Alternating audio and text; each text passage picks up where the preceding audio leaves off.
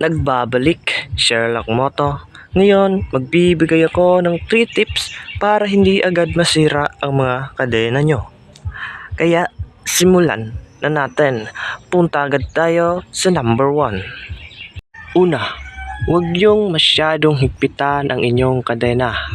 Dapat mayroon niyang play kagaya nito. Masyadong mahigpit ang mga kadena nyo. Ito ang posibleng masira. Number 1, bearing sa may engine sprocket at wheel hub. So bakit ko nasabing bearing sa engine sprocket? Kasi kapag nagkambyo kayo, yan ang unang hahatak. Kaya pag mahigpit ang kadena nyo, posible din talagang masira ang bearing ng engine sprocket. Okay?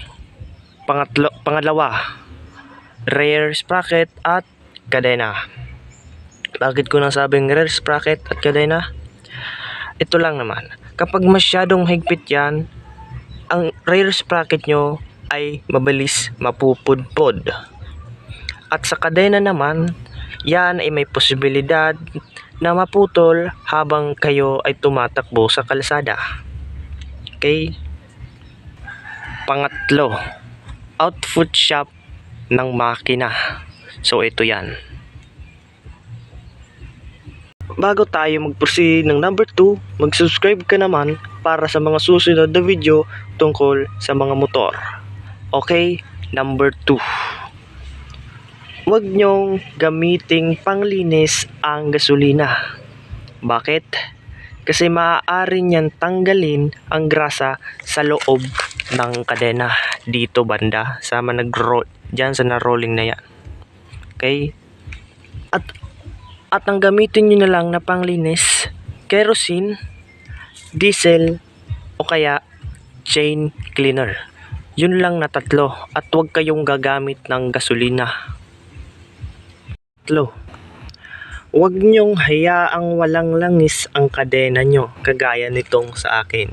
So mamaya lalagyan ko na lang yan ng langis. Bakit? Kapag pinabayaan mo yan na walang langis, maaari yang kalawangin at may tsansang maputol ang kadena mo habang ikaw ay tumatakbo sa kalsada. Paano maiiwasan? Huwag niyong papabayaan na walang langis.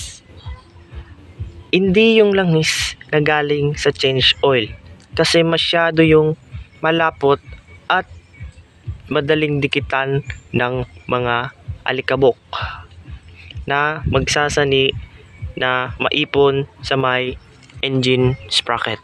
Okay? Ang sinasabi kong langis ay yung Singer oil na nilalagay sa kadena ng bike. At may mabibili rin kayo online na pwedeng panglinis sa inyong mga kadena at oil. Okay? At yan ang 3 tips para maiwasan nyong masira ang inyong mga kadena. Huwag niyong kakalimutan mag-subscribe, i-share ang video, at i-click ang notification bell for more motorcycle videos. So, yun lang mga tol. It's Sherlock Moto again. Peace out. Ride safe to all the riders.